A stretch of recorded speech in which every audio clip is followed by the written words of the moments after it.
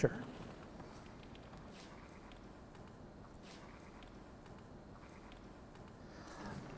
Okay. My name is Chris Stavroudis. I'm a painting conservator.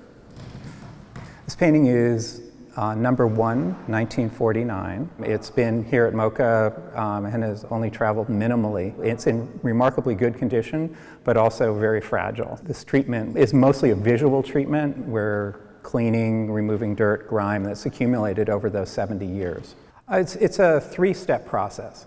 The first step is to use a very fine brush and dust the surface, working on top of ridges of paint as well as on the surface, kind of working 3-dimensionally with the fine brush dusting, and then using a vacuum cleaner, a Hepa vacuum, which won't release the dust particles back into the air, to capture that dust as it comes off the surface.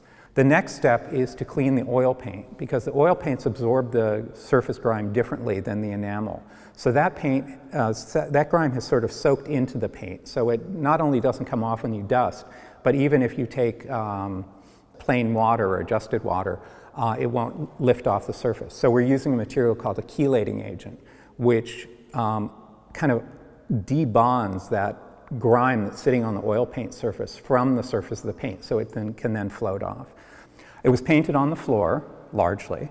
When the paint in the can starts to dry on the surface, you get these kind of skins of material. He would pick that out as a goopy mess and apply that to the surface of the painting. So we have some of it here. So this gave him some really high texture, and some of it actually folds over on itself and makes these kind of curvy blobs on the surface.